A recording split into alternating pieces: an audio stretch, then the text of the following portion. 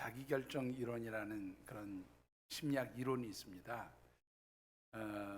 이 자기결정 이론이라는 것은 뭐냐면 사람들이 살아가면서 심신, 그러니까 육적으로 또 혹은 정신적으로 영적으로 조화를 이루면서 건강한 삶을 살아가는 웰빙의 삶을 살아가고 또 행복함을 느끼게 되어지는 그러한 상황이 되기 위해서는 사람들에게 있는 세 가지의 기본적 욕구가 결정될 때, 충족될 때 이루어진다라고 하는 것이 바로 자기결정 이론이라는 심리학입니다. 그런데 이 자기결정 이론이라는 것은 결국 그 세 가지의 어떤 욕구들이 잘 충족될 때 이루어지는 것이라면 그 세 가지의 기본적인 욕구가 무엇일까라는 거예요. 보통 첫 번째로는요, 자율성이라고 그렇게 얘기를 하는데 무슨 말이냐면 사람들은 스스로 무엇인가를 선택하고 결정할 수 있을 때 행복해진다는 거예요. 우리 자녀들이 제일 행복한 시간이 뭔지 아세요? 예? 우리 자녀들이 제일 행복해 할 때가 요즘에 어떤 때 가장 행복해 하는 줄 아십니까? 우리 교회에서도 보면 보통 아이들이 앉았다 그러면 핸드폰을 가지고 있든지 컴퓨터 앞에 앉았든지 뭐해요? 거의 게임해요, 게임. 근데 아이들이 그 시간이 굉장히 행복해 하는 시간이에요. 왜냐하면 자기가 결정해서 할 수 있는 것이기 때문에. 부모님들이나 선생님들은 뭐 하라 그래요? 게임하라 그러는 게 아니라 공부해라, 공부해라 그러니까 하기 싫은 거예요.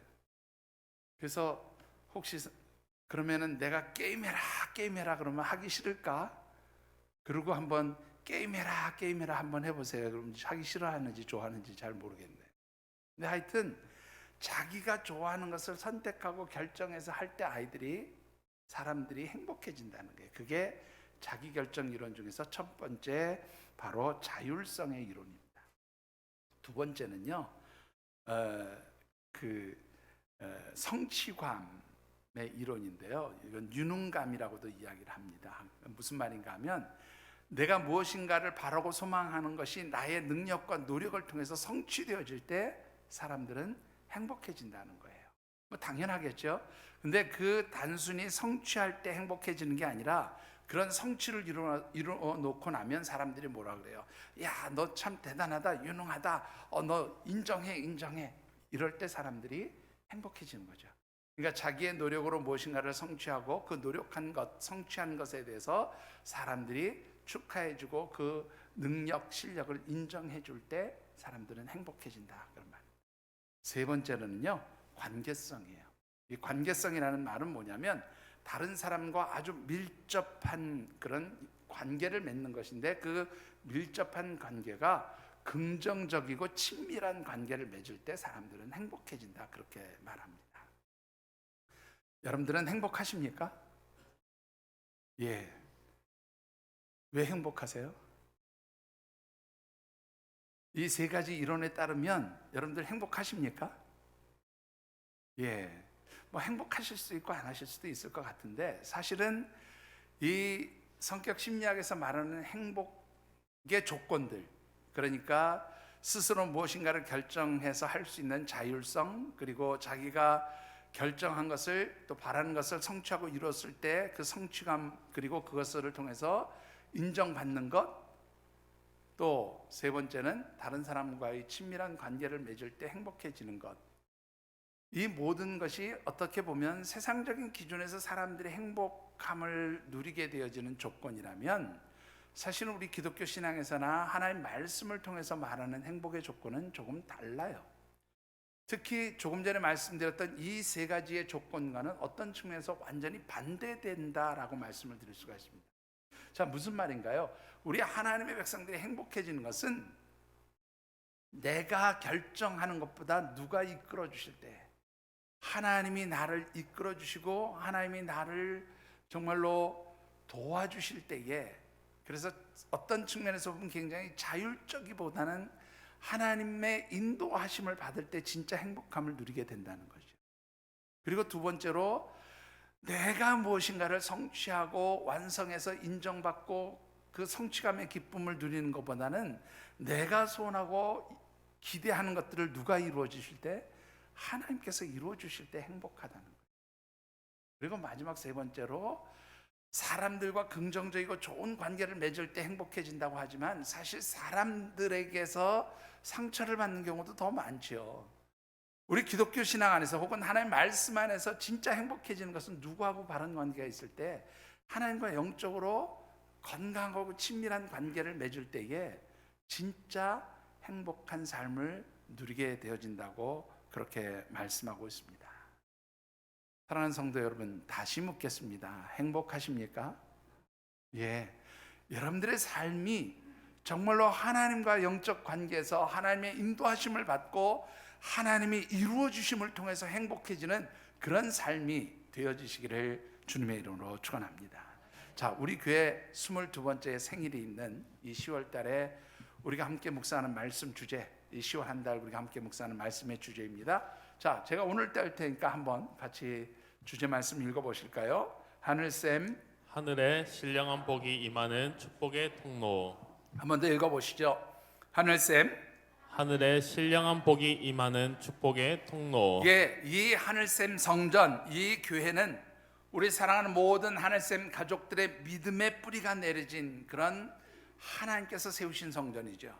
근데 이 하늘샘 성전은 하나님께서 택하시고 하나님의 자녀로 삼아주신 우리 모든 하늘샘 가족들, 우리 믿음의 가족들에게는 하나님께서 주시는 하늘의 신령한 복이 흘러 넘치게 하여 우리에게 들어오게 되어지는 축복의 통로가 되어진다라고 하는 관점에서 우리 10월 달의 말씀을 묵상하고 있습니다.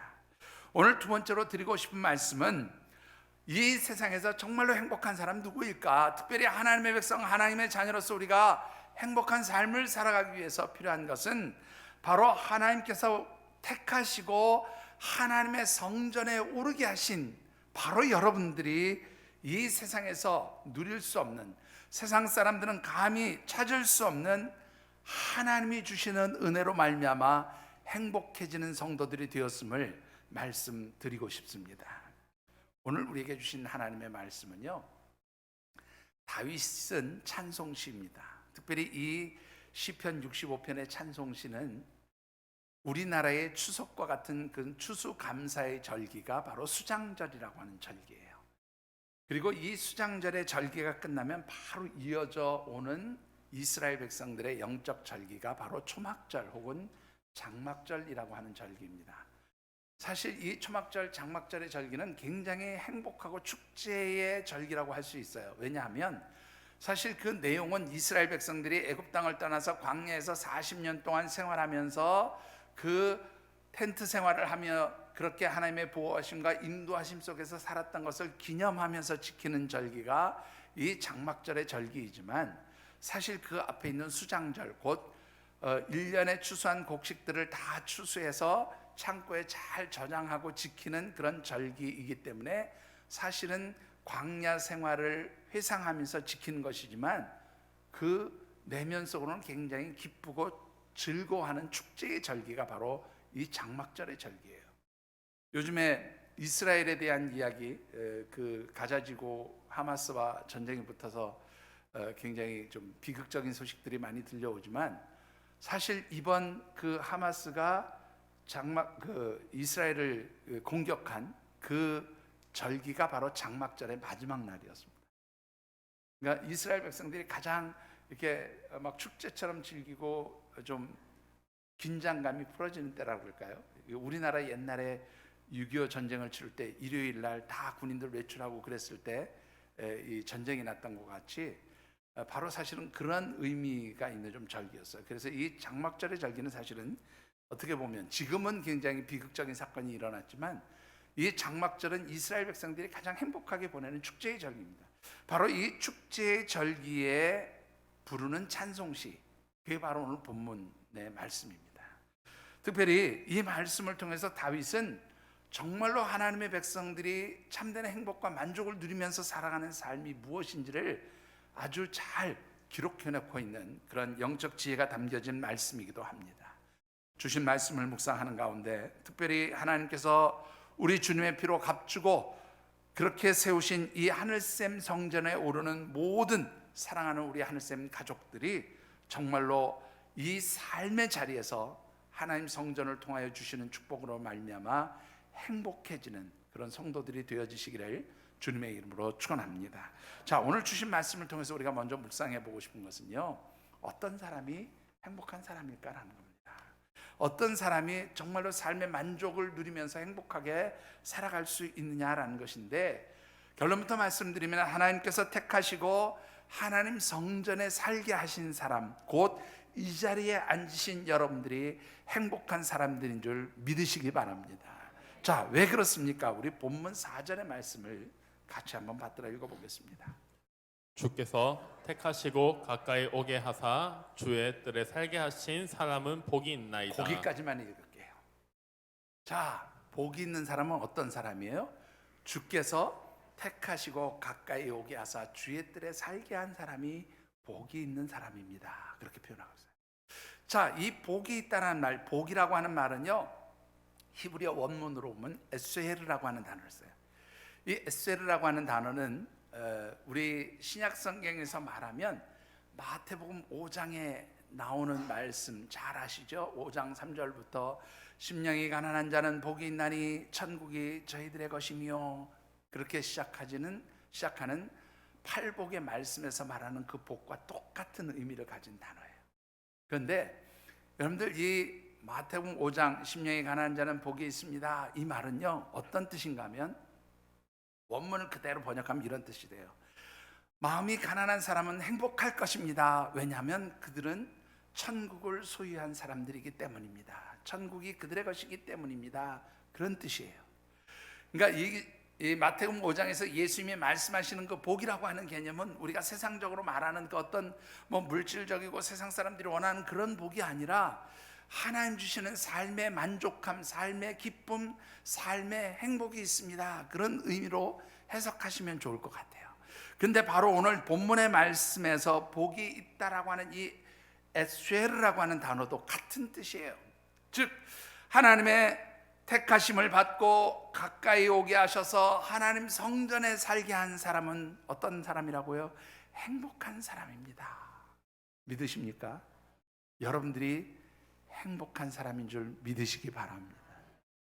예, 한번 해보실래요? 나는 행복합니다.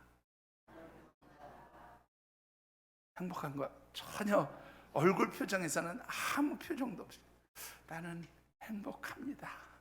마치 못해서. 자, 다시 한번 행복하신 여러분들의 얼굴이 표정에 나타나시게 되기를 바랍니다. 나는 행복합니다. 예, 정말로 여러분들의 삶이 행복한 삶이 되었음을 믿으시기 바랍니다. 자, 왜 우리의 삶이 행복하냐라는 것인데, 하나님이 우리를 택해 주셨기 때문에 행복한 거예요. 근데 여러분들 여기에 보시면 하나님께서 택하셨습니다라는 말을 히브리어로는 바하르라고 하는 단어를 쓰거든요. 바하르. 근데 이 바하르라는 말은 말 그대로 선택했다는 말이에요. 그런데 이 선택했다는 말과 동시에 똑같은 의미가 아니라 다른 뜻으로 사용되어지는 의미가 또 하나 있어요. 선택했다는 말과 함께 또 다른 뜻으로 무슨 뜻이 있는가 하면 좋아한다는 말도 있어요. 좋아한다는 뜻도 있어요. 바하르라고 하는 단어예요. 그러니까 결국은 뭐냐면 합해서 얘기하면 그런 거예요. 여러분들 무엇인가를 선택하고 고르고 결정할 때, 그래서 내 것이라고 이렇게 선택할 때 싫은데 선택해요? 싫은데 이거 나쁜데 선택하십니까? 절대 안 그럴 거예요. 좋으니까 선택하죠. 예? 그러니까 이 선택했다는 말은 뭐냐면 하나님께서 우리를 택하셨는데 내가 어떤 자격이나 특별한 조건을 갖춰서 나를 택하신 것이 아니라 아무런 이유가 없어요. 하나님 그냥 나를 좋아하셔서 나를 선택하셨다, 그런 뜻이에요. 여러분들 지난주에 드렸던 말씀 기억하십니까? 하나님께서 우리를 언제 선택하셨다고요? 창세 전에, 세상을 만드시기 전에 하나님 선택하셨어요. 우리가 이 땅에 태어나기도 전에, 우리가 이 땅에 오기도 전에, 내가 이 어머니의 태중에서 만들어지기도 전에, 아니 세상이 만들어지기 전에 하나님 나를 선택하셨어요. 이유는 딱 한 가지예요. 내가 무슨 잘나서 조건을 갖추어서 선을 행해서 성실해서 아니에요. 무엇 때문에? 그냥 사랑하셔서 택하셨단 말이에요. 똑같은 뜻입니다. 하나님이 오늘 저와 여러분들을 택하신 것, 내가 무슨 자격을 갖춰서 조건을 갖춰서 내가 무슨 특별하게 뛰어난 사람이기 때문에 아니에요. 그냥 하나님이 좋아하셨기 때문에 저와 여러분들을 택하신 줄 믿으시기 바랍니다. 자, 하나님이 택하시기 위해서, 하나님 좋아하셔서 우리를 택하시기 위해서, 그래서 하나님이 하신 일이 있어요. 이게 단계적으로 적용이 되는데, 이 단계적으로 적용된 게 바로 하나님 주시는 축복이에요. 자, 첫 번째 하나님이 우리를 택하시기 위해서 행하신 일이 뭐냐면 3절 말씀에 있습니다. 3절 말씀을 같이 한번 받들어 읽어보겠습니다. 죄악이 나를 이겨사오니 우리의 허물을 주께서 사하시리이다. 아멘. 하나님께서 우리를 택하시고 하나님께 가까이 오게 하시기 위해서 제일 먼저 하신 일이 뭐냐면 우리의 죄와 허물을 사하셨다, 그렇게 말씀하고 있어요. 자, 여러분들, 이 사하셨다라는 말은요, 카파르라고 하는 단어를 쓰거든요. 근데 이 카파르라는 단어가 어떤 뜻인가 하면 덮었다는 뜻도 있고요, 가리웠다, 덮었다 그런 뜻도 있고, 제거했다 그런 말도 있어요. 의미도 있어요. 다 같은 의미인데요. 자, 오늘 저와 여러분들이 이 세상 속에서 어떻게 살아갑니까? 여기 3절 말씀해 보니까 죄악이 나를 이겼습니다. 이 말은 뭐냐면 우리가 이 세상 속에서 살면서 늘 뭐에 지어요? 죄악 가운데서 우리가 넘어지고 쓰러져서 죄로부터 우리가 패배를 당해요. 죄악으로 인해서 패배를 당해요. 그런데 그럴 수밖에 없죠. 왜냐하면 이 죄악은 누구의 사용하는 도구냐면 사단이 사용하고, 사단이 우리를 넘어뜨리기 위해서 사용하는 도구 중에 하나예요. 사단은 우리의 약점, 우리의 연약함을 잘 알아요.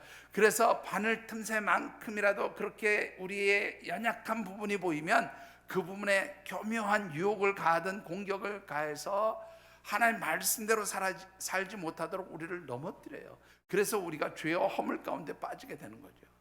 그러니까 우리를 넘어뜨리고 공격하는 그 사단의 역사가 있기 때문에 사실 내 힘으로, 내 스스로 죄의 문제를 해결할 수 없어요. 죄를 뛰어넘을 수 없어요. 그런데 누가 해결해 주셨어요? 하나님께서 우리의 죄의 문제를 해결해 주셨단 말이에요. 어떻게요? 지난주에 말씀드렸던 대로 하나님께서 독생자 예수 그리스도를 우리에게 보내주시고, 주님께서 십자가에서 찢기시고 찔리시며 피 흘리신 그 보혈의 능력으로 우리의 모든 죄와 허물을 다 어떻게 해요? 가리워 주셨어요. 그 모든 죄와 허물을 다 씻어 주셨어요. 그래서 우리의 죄를 어떻게 해요? 사라지게 하셨어요. 여러분들, 하나님께서 오늘 저와 여러분들을 하나님의 자녀로 택하시고 이 자리에 앉게 하시기 위해서 독생자 예수 그리스도를 내어주신 것, 이것이야말로 하나님께 받은 가장 큰 축복인 줄 믿으시기 바랍니다. 예, 하나님 축복이에요. 우리의 죄를 사해 주신 것이 하나님 축복이에요. 이게 바로 우리를 하나님의 사람들로 행복하게 살아가도록 만드시기 위해서 주신 하나님의 첫 번째 축복이에요. 두 번째 축복은 뭐라고요? 자, 4절을 다시 한번 보시죠. 주께서 택하시고 어떻게 했다고요? 가까이 오게 하신 사람. 이 가까이 오게 했다는 말은요, 카라브라고 하는 단어를 씁니다. 근데 이 카라브라는 말은요, 아주 가깝고 친밀한 사이를 의미하는 단어죠. 자, 여러분들 누가 제일 가까우세요? 우리 박승복 원사님 제일 가까운 사람이 누구세요? 하나님 말고 사람을 물었지 내가 하나님 물었어요. 예? 예. 우리 민장로님 누구 얘기하나 딱 쳐다보니까 바로 민장로님. 예. 어떤 분은 내 남편 내 아내가 아니라 저 왼수, 그렇게 생각하시는 건 아니죠. 여러분들, 오늘 본문에서 가깝고 친밀하다는 말은 뭐냐면 가장 밀접하게 관계를 맺고 있는 그런 상태를 의미해요.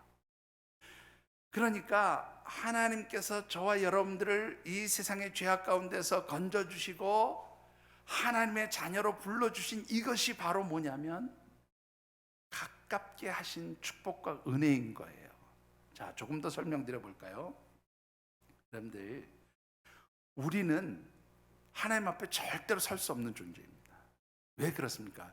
오늘 본문에도 성전이라는 단어가 나오는데, 여러분들, 제가 여러 번 말씀드렸죠.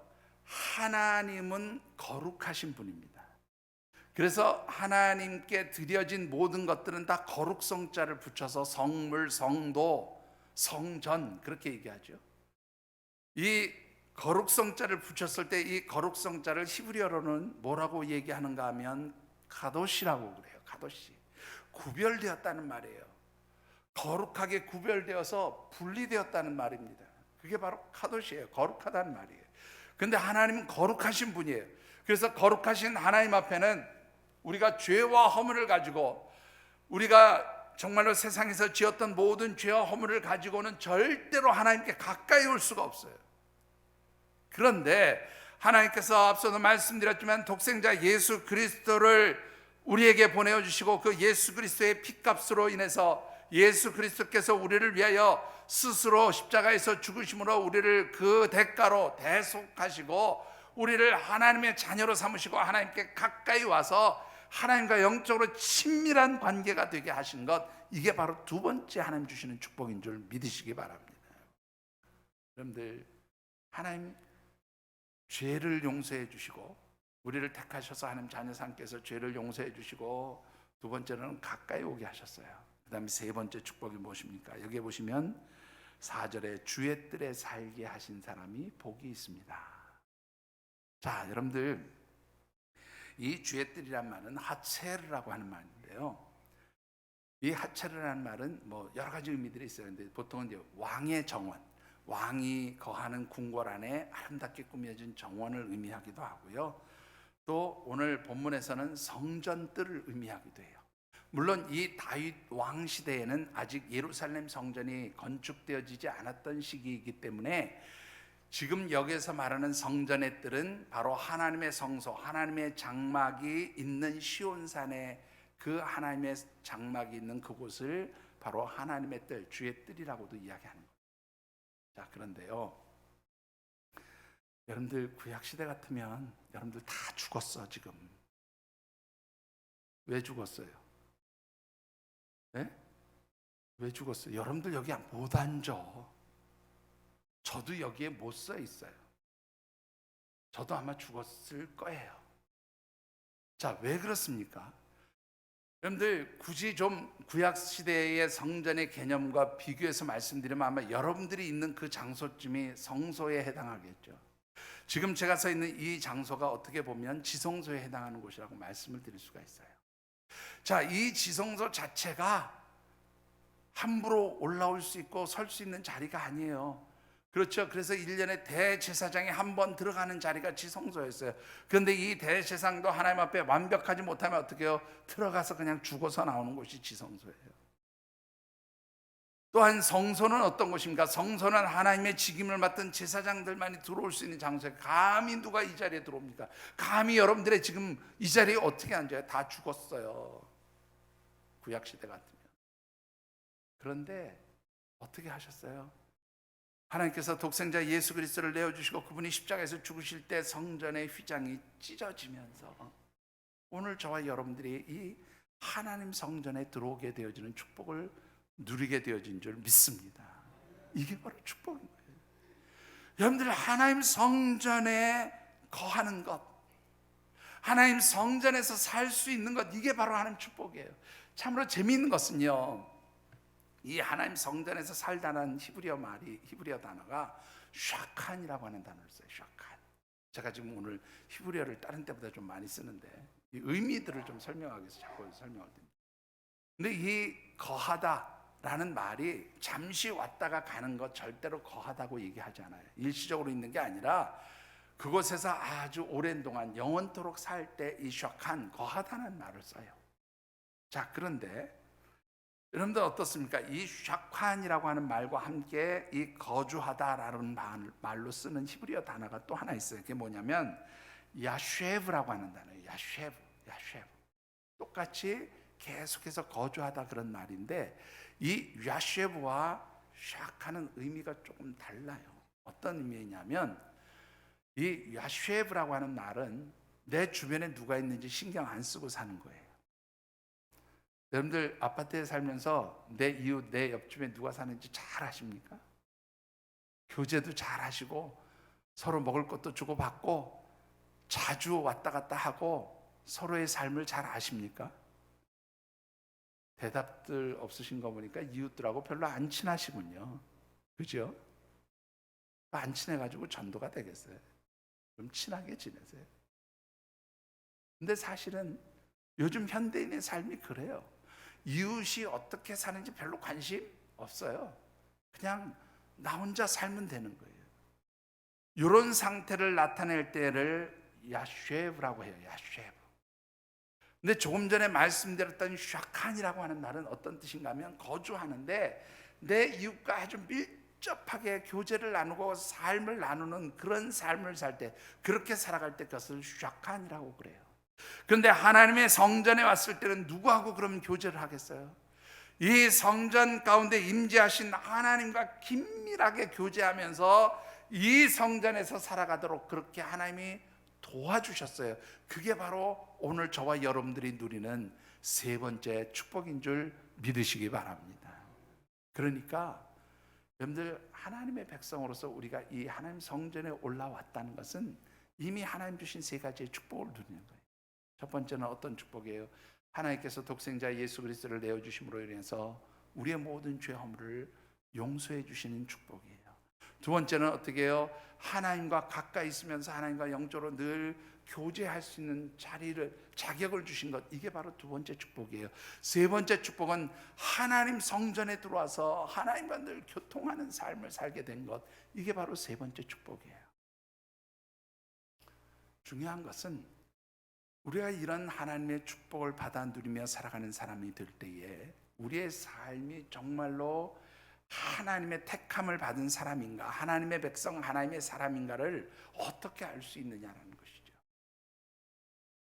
여러분들, 우리가 진정으로 하나님의 택함을 받고 하나님께서 주시는 그 은혜로 행복한 사람, 복받은 사람이 되었다면 삶에서 세 가지의 증거가 나타나야 돼요. 삶의 특징이 나타나야 돼요. 자, 어떤 특징이 나타납니까? 그 첫 번째는요, 어떤 특징이 나타나는가 하면 하나님 앞에 나오기를 갈망하며 하나님과 약속한 것을 지키려고 하는 몸부림이 있어요. 여러분들 1절 말씀을 같이 받들어 읽어보겠습니다. 1절입니다. 하나님이여, 찬송이 시온에서 주를 기다려오며 사람이 서원을 주께 이행하리이다. 여러분들, 여기서 찬송이 시온에서 주를 기다립니다 라는 말은요, 이 기다린다는 말이 뚜미야라고 하는 단어를 써요. 뚜미야. 근데 이 뚜미야라는 말은, 기다린다는 말은 무슨 말이냐면 고요하다 그런 뜻이에요. 침묵 가운데 있다. 아무 소리도 들리지 않는다. 그럼 찬송이 침묵 가운데 있다, 이게 무슨 뜻일까요, 여러분? 이 말은, 이 시온에서 주를 기다린다는 말은 그런 뜻이에요. 시온은 조금 전에도 말씀드렸지만 하나님의 성소가 있는, 하나님의 장막이 있는, 하나님, 나중에 예루살렘 성전이 세워지는 바로 하나님의 임재하심이 있는 그 상징적인 장소가 시온이에요.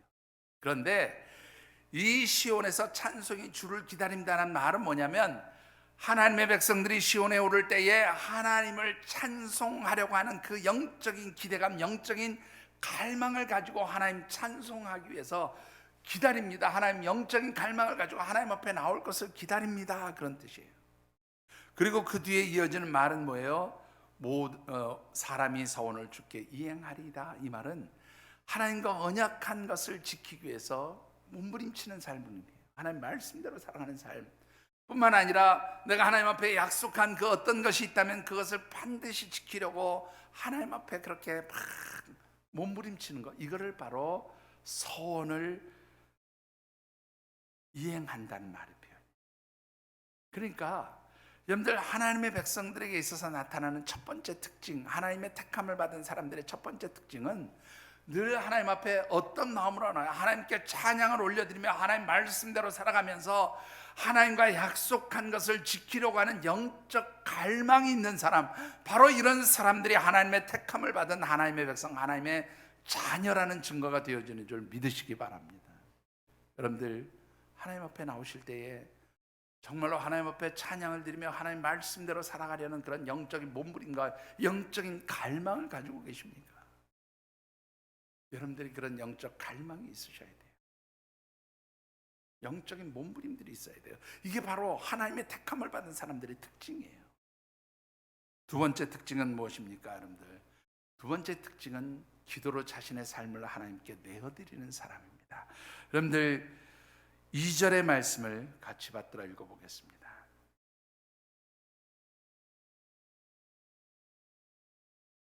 여러분들 히브리어 성경에서요, 기도를 나타내는 단어가 한 12개 정도 됩니다. 근데 오늘 본문에 나오는 기도는 테필라라고 하는 단어를 쓰는데요, 이 테필라는 기도를 의미하는데 특별히 어떤 기도를 의미하는가 하면, 내가 힘들고 고난 가운데 있을 때 하나님께 부르짖는 것을 테필라의 기도라고 그래요. 네. 그런데 여러분들 고난 가운데 막 하나님 앞에 부르짖으면 하나님께서 무엇 해주시기를 원합니까? 하나님이 그래, 너 고난 당하는구나, 너 힘들어하는구나, 응답해 주시기를 원하죠. 오늘 본문에 보시면 이렇게 되어 있습니다. 뭐라고 되어 있냐면, 기도를 들으시는 주님. 이 기도를 들으시는 주님, 이 듣다라고 하는 말은 샤마으라고 하는 단어를 쓰는데요, 이 샤마으라고 하는 단어 자체가 어떤 의미냐면, 그냥 단순히 듣고 너 고난 당하니? 그래, 들었어, 알았어, 끝이 아니라, 우리가 하나님, 내가 고난 중에 있습니다, 하나님 내가 이렇게 힘들어요 라고 기도할 때 하나님이 어떻게 해요? 들으시고 바로 어떻게 해요? 즉각적으로 반응하시는 것을 나타내는 단어, 그게 바로 오늘 본문에서 말하는 들으시다는 말이에요. 그러니까 하나님이 우리의 고난 가운데 우리의 그 부르짖는 기도를 들으시고 그 다음에 어떻게 해요? 응답하셨습니다라는 의미가 바로 들으시는 이라고 하는 단어 가운데 담겨진 뜻입니다. 무슨 의미일까요? 다윗의 생애를 보면 여러분들 얼마나 그 고난의 시간들이 많이 있었는지 잘 아시잖아요. 그런데 다윗은 그때마다 하나님 앞에 기도하면 하나님 반드시 어떻게 응답해 주셨습니다. 바로 내 기도 가운데 응답해 주시는 하나님, 내가 내 삶을 하나님께 내어드립니다.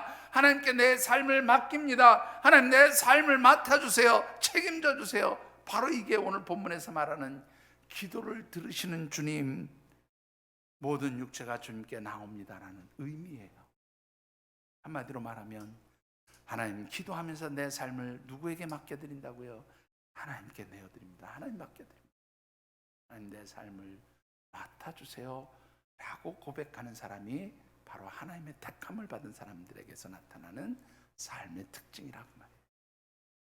사랑하는 성도 여러분, 여러분들의 삶이 하나님께 맡겨진 삶이 되어지시기를 주의 이름으로 축원합니다.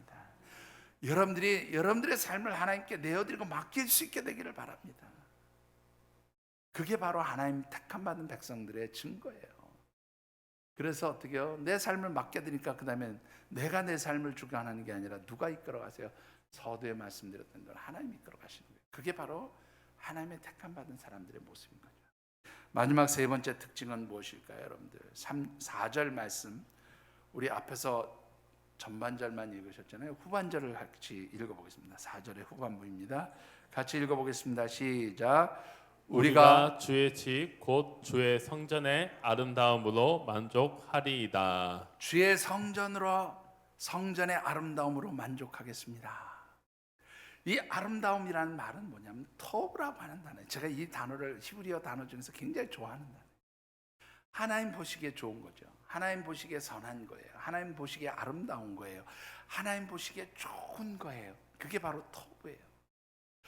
그런데 다윗은 지금 뭐라고 얘기해요? 하나님 성전의 아름다움이라고 그렇게 표현합니다. 이 말은 뭐냐면 하나님 성전에 오를 때에 하나님께서 내게 주시는 선한 것, 하나님께서 내게 주시는 그 귀한 것, 하나님께서 내게 주시는 그 아름다운 것, 그것으로 인해서 내 삶이 어떻게 해요? 만족합니다 라고 고백하는 거예요. 이것을 좀 더 실제적인 표현으로 그렇게 나타낸다면 이런 뜻입니다.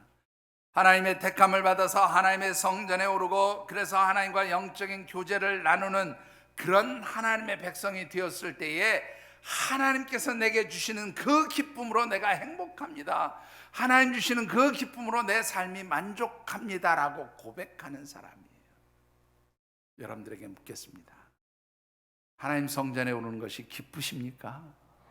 하나님 성전에 오르는 것이 행복하십니까? 하나님 성전에 올 때마다 여러분들 정말로 기대감을 가지고 오십니까?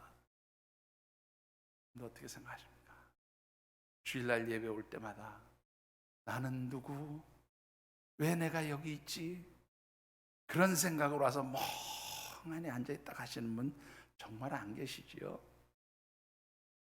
여러분들 하나님 앞에 오르는, 하나님 앞에 나온 이 시간이 여러분들에게 진정 기쁨의 시간이 되어지시기를 주님의 이름으로 축원합니다. 이 시간이 행복해지셔야 돼요. 그게 진짜 내가 하나님 백성 된 증거예요. 목사로서 좀 부끄러운 고백을 할까요? 제가 제일 하기 싫은 게 뭔지 아세요, 여러분들? 뭘 것 같으세요? 목사가 제일 하기 싫은 게 뭘까요? 네? 네? 아시는 분은 알아요. 제가 제일 하기 싫은 게 설교예요. 참 아이러니한 얘기인지 모르지만 설교를 준비하고 이 설교를 묵상할 때마다 너무너무 힘이 들어요. 그래서 설교하는 게 어떻게 보면 제일 싫어요. 그래서 제일 두려운 게 주일이 가까워오는 게 제일 두려워요. 목사가. 그래서 저는 늘 요일이 이렇게 있는 것 같아요. 월, 화, 수, 금, 금, 금 주일. 월, 화, 수, 금, 금, 금 주일. 뭐 이렇게 오는 것 같아요. 너무 주일이 빨리 오는 것 같아요.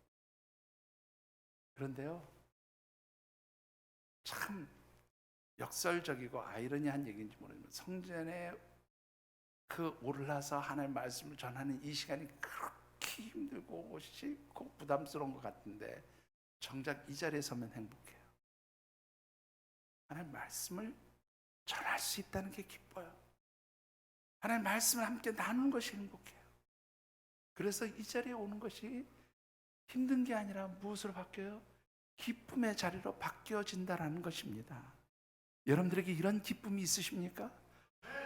여러분들에게 정말로 일주일 내내 세상에 살면서 하나님 힘들어요. 하나님 정말로 괴로워요. 아유 피곤해 죽겠는데 하나님 성전에 가는 것조차가 귀찮아요. 그런데 막상 하나님 전에 올라오면 하나님 행복해요. 하나님 기뻐합니다.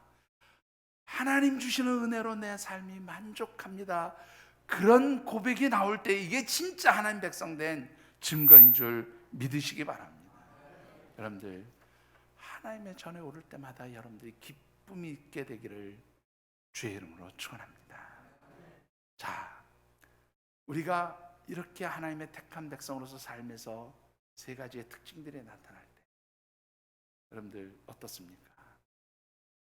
하나님 앞에 나오기를 갈망하고 찬양하면서 하나님 앞에 언약한 것을 지키기로 그렇게 몸부림치며 살아갈 때 또 어떻게 해요? 정말로 우리의 삶을 기도로 하나님께 내어드리며 맡길 때 그리고 하나님 전에 오를 때마다 우리의 삶에서 기쁨이 넘칠 때 하나님 주시는 또 새로운 축복들이 있어요.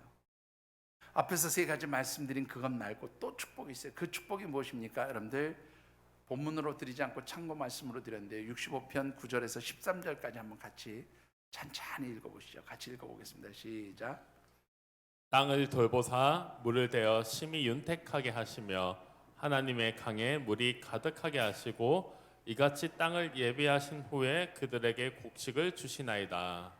주께서 밭고랑에 물을 넉넉히 내사 그 이 땅을 평평하게 하시며 또 담비도 부드럽게 하시고 그 싹에 복을 주시나이다. 주의 은택으로 한 해를 관시우시니 주의 길에는 기름 방울이 떨어지며 들의 초장에도 떨어지니 작은 산들이 기쁨으로 띠를 띄었나이다. 초장은 양떼로 옷 입었고 골짜기는 곡식으로 덮였음에 그들이 다 즐거이 외치고 또 노래하나이다. 자, 여러분들 9절에서 13절의 말씀을 보면 대부분이 뭐냐면 풍성한 소득과 열매를 인해서 기뻐합니다라는 그런 내용들이 중심을 이루고 있어요. 그러니까 앞에서 우리 1절에서 4절까지 있는 말씀 가운데 하나님 주시는 그 세 가지의 축복이 어떤 측면에서 영적인 축복이라고 하면 이 9절에서부터 13절까지의 말씀은 하나님께서 주시는 물질의 축복을 의미하기도 합니다. 왜 그렇게 되냐면 앞서도 말씀드렸지만 이 시가 어떤 때에 불렀던 시예요? 바로 추수감사절. 이스라엘 백성들이 1년 동안 지은 모든 농사를 거둬서 창고에 저장하는 절기, 수장절, 우리로 얘기하면 바로 추수감사절에 해당하는 그런 절기입니다. 그런 절기를 지나고 그 다음에 바로 이어지는 것이 초막절, 장막절의 절기잖아요. 그러니까 이때 이 이스라엘 백성들의 마음은 뭐예요? 여러분들 우리 옛날에 어렵게 살 때 있잖아요. 겨울철 되면 두 가지만 있으면 배부르다고 그랬어요. 뭐가 있으면 배불러요? 쌀하고 연탄 갖다가 쟁여두면 그 다음부터 배불러요. 안 그랬습니까, 여러분들? 그러니까 겨울이 임박하면 제일 먼저 들여오는 게 쌀하고 연탄, 아니면 나무배다가 이제 시골에서는 장작 갖다가 쌓아놓는 거예요. 근데 오늘 이스라엘 백성들은 이제 뭐예요? 한 해를 열심히 땀 흘려 수고하고 하나님 주신 그 풍성한 소득과 열매를 다 저장하고, 그래서 여기 있는 말씀대로 보면 들의 추장으로 하나님의 기름이 떨어지니까 뭐 양떼들이 번성하고 곡식도 풍성하고 막 그런 고백을 하니까 이게 물질적인 축복을 상징하는 그런 말씀이기도 합니다. 그런데 여기서 중요한 게 있어요. 여러분들 여기 보시면 11절에 보시면 이런 말씀입니다. 주의 은택으로 한 해를 관 씌우셨습니다. 이 은택으로 관 씌우셨습니다. 관을 씌우다는 말은요, 이타르라고 하는 단어를 씁니다. 이게 둘러쌌다는 말이에요. 하나님께서 하나님의 은혜로 우리의 삶의 자리를 어떻게 해요? 둘러싸셨다 그 말이에요. 언제? 여기에 보면 한 해라고 하는 말이 나오죠. 한 해. 이 한 해라는 말은요, 1년 동안 하나님 우리의 삶을 이렇게 둘러싸 주셔서, 하나님의 은총으로 둘러싸 주셔서 우리에게 필요한 모든 것을 다 주셨습니다. 그래서 우리가 이렇게 풍성함을 누리고 있습니다. 복된 삶을 누리고 있습니다. 우리가 이렇게 풍성한 열매들을 누리고 있습니다 라고 하는 고백이에요. 여러분들, 하나님께서는 정말로 하나님의 백성으로 살아가는 사람들에게 주시는 영적인 축복뿐만 아니라 삶의 자리를 하나님의 은혜로 둘러싸 주시는 줄 믿으시기 바랍니다. 그래서 삶이 행복해지는 거예요. 말씀을 맺습니다. 여러분들, 유명한 작가 중에 공지영 씨라고 하는 분 아시죠? 좋아하는 분도 있고 뭐 싫어하는 분도 있고 그럴 수 있다고 생각되어지는데, 이분이 제가 알기로는 캐톨릭 신자요? 잘은 모르겠는데 하여튼 그런 것 같아요. 이분이 쓰신 책 중에서 스톤 기행이라고 하는 책이 있습니다. 아주 유명한 책 중에 하나예요. 근데 이 책에 보면 이런 얘기가 있어요. 그 자신의 삶을 살아오면서 느꼈던 여러 가지의 그 심경, 또 생각들, 또 자신이 경험했던 것들을 이렇게 담담하게 그려가고 있는 그런 책인데, 우리 밑에 도서실 있을 때 그 책이 있었는데 다 없어졌어요. 스톤 기행이라는 책이 있었는데, 거기에 보면 이 공정 씨가 이제 작가로 등단하기 전에 나도 행복한 삶을 좀 살았으면 좋겠다, 그런 생각을 정말 많이 했다고 그래요. 근데 자기가 행복해질 수 있는 방법이 뭘까? 첫 번째로 자기가 행복해질 수 있는 방법이 뭐냐면, 작가로 등단하면 자기가 행복해질 거라고 생각했대요. 이제 등단하기 전에, 아직 작가로 알려지기 전에, 내가 정말로 작가로 등단을 하면 나는 정말 행복해질 거야. 열심히 글을 쓰다가 어느 날 등단을 했어요. 행복해져야 되잖아요. 근데 등단을 하고 나서 두 번째로 무슨 생각을 했냐면, 내가 유명한 소설가가 되면 행복해질 거야. 소설가가, 유명한 소설가, 이름 있는, 그야말로 정말로 명망이 있는 그런 작가가 되기를 그렇게 갈망하고, 그렇게 되면 행복해질 거라고 생각했다는 거예요. 그랬는데 이 공정 씨가 어느 날 이 유명한 작가가 됐어요. 94년도에 책 3권 낸 게 전부 베스트셀러가 된 거죠. 그러니까 유명 작가가 된 거예요. 완전히 베스트셀러를 그 책을 그렇게 판매할 수 있는 그런 정말로 유명한 작가가 된 거죠. 행복해졌냐면 행복해지지 않더라는 거죠. 그때 작가가 되면서 무슨 생각을, 유명한 작가가 되면 행복해질 것이라는 생각을 하면서 어느 정도 유명한 작가가 되었을 때 그 다음에 따라온 생각이 뭐냐면, 유명한 작가가 되었으니까 내가 좀 많은 돈을 가졌으면 행복하겠다라는 생각을 했대요. 왜 그러냐면, 한 달 생활비를 쓰고 돈이 통장에 100만 원만 남아있어도 나는 정말로 행복한 사람이 될 수 있을 거야 라고 그렇게 늘 생각하면서 살았다는 거예요. 그런데 어느 날 유명한 작가가 됐어요. 1994년도에 낸 3권의 책이 베스트셀러가 되면서 하룻밤 자고 나면 인쇄로 수천만 원이 와서 통장에 딱딱 꼽혔어요. 그런데 생활비 쓰고 100만 원만 남아있어도 행복할 거라고 생각했던 그때가 어느덧 사라졌는지 통장에 수천만 원의 인쇄가 꼽혀도 행복한 줄을 모르겠더라, 그렇게 고백을 합니다. 나는 전혀 행복해지지 않았다. 그렇게 이야기합니다. 여러분들 어떻게 행복해질 수 있을까요? 여러분들 하나님 성전에 오르는 여러분들이 행복한 사람들인 줄 믿으시기 바랍니다. 하나님을 사모하며 하나님과 영적으로 깊이 교통할 때 하나님 주시는 그 은혜를 누리는 사람, 그 사람이 바로 진짜 행복한 사람이고, 그 사람이 바로 삶에서 만족을 누리는 삶을 누리게 되어지는 줄 믿습니다. 여러분들, 우리 교회 22주년 창립주일을 기념하면서 예배드리는 여러분들이 이 하나님 성전으로 인해서 행복한 사람들이 되어지시기를, 이 하나님 성전을 통해서 하나님 주시는 그 하늘의 신령한 복을 누림으로써 행복한 우리 하나님의 백성들이 되어지시기를 주님의 이름으로 축원합니다. 기도하겠습니다. 오늘 주신 언약의 말씀을 붙들고 각자 느끼고 깨달은 대로 결단하며 기도하는 시간 같습니다. 하나님, 정말로 내게 하나님 성전 믿음의 뿌리를 내릴 수 있는 행복한 성전을 주셔서 감사합니다. 하나님이 하늘샘 성전으로 인해서 행복하게 하시고 내 삶이 만족을 누리게 하여 주시옵소서. 정말로 하나님의 택함 받은, 그래서 하나님과 영적으로 깊이 교통하며 하나님 성전에 오를 때마다 내 삶이 기쁨이 넘치는 진짜 하나님 백성, 진짜 하나님 자녀로 그렇게 살아갈 수 있도록 도와주시옵소서. 각자 느끼고 깨닫는 대로 결단하며 기도하는 시간 같습니다. 사랑의 아버지 하나님, 하나님의 은혜를 감사합니다. 하나님, 이 하나님 샘 성전에 오르는 우리의 삶이 기쁘게 하시고 하나님 성전에 오를 때마다 누리는 영적 갈망으로 인해서 하나님 행복한 사람이 되게 하여 주시옵소서. 하나님, 오늘로 하나님의 은혜를 삼아 하나님 주시는 축복을 삼아 세상에 누릴 수 없는, 세상에서 찾을 수 없는 축복을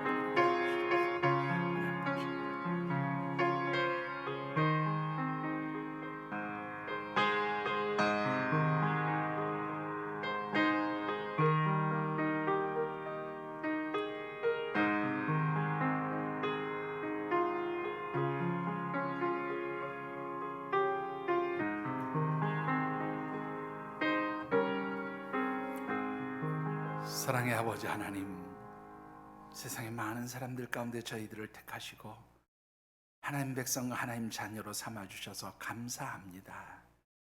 또한 그 많은 하나님의 백성들 가운데 저희들에게 이 하늘샘 성전을 허락해 주시고 이 재단에서 하나님과 영적으로 깊이 교통하며 하나님 주시는 그 하늘의 신령한 복 받아 누리게 하셔서 저희들의 삶이 만족하게 하시고 저희들의 삶이 주 안에서 행복하게 하시니 감사를 드립니다.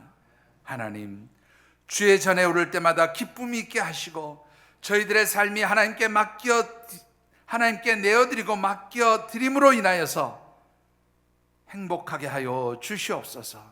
저희들이 하나님을 향한 영적인 갈망을 가지고 하나님 앞에 나올 때마다 하나님을 향한 그 영적 갈망으로 인해서 하나님 저희들이 행복하게 하시고 하나님께 올려드리고 싶은 찬양이 있기에 행복한 사람들 되게 하여 주시옵소서. 하나님도 오시기를 간절히 소원하오며 예수님 이름으로 축복하며 기도드리옵나이다. 아멘.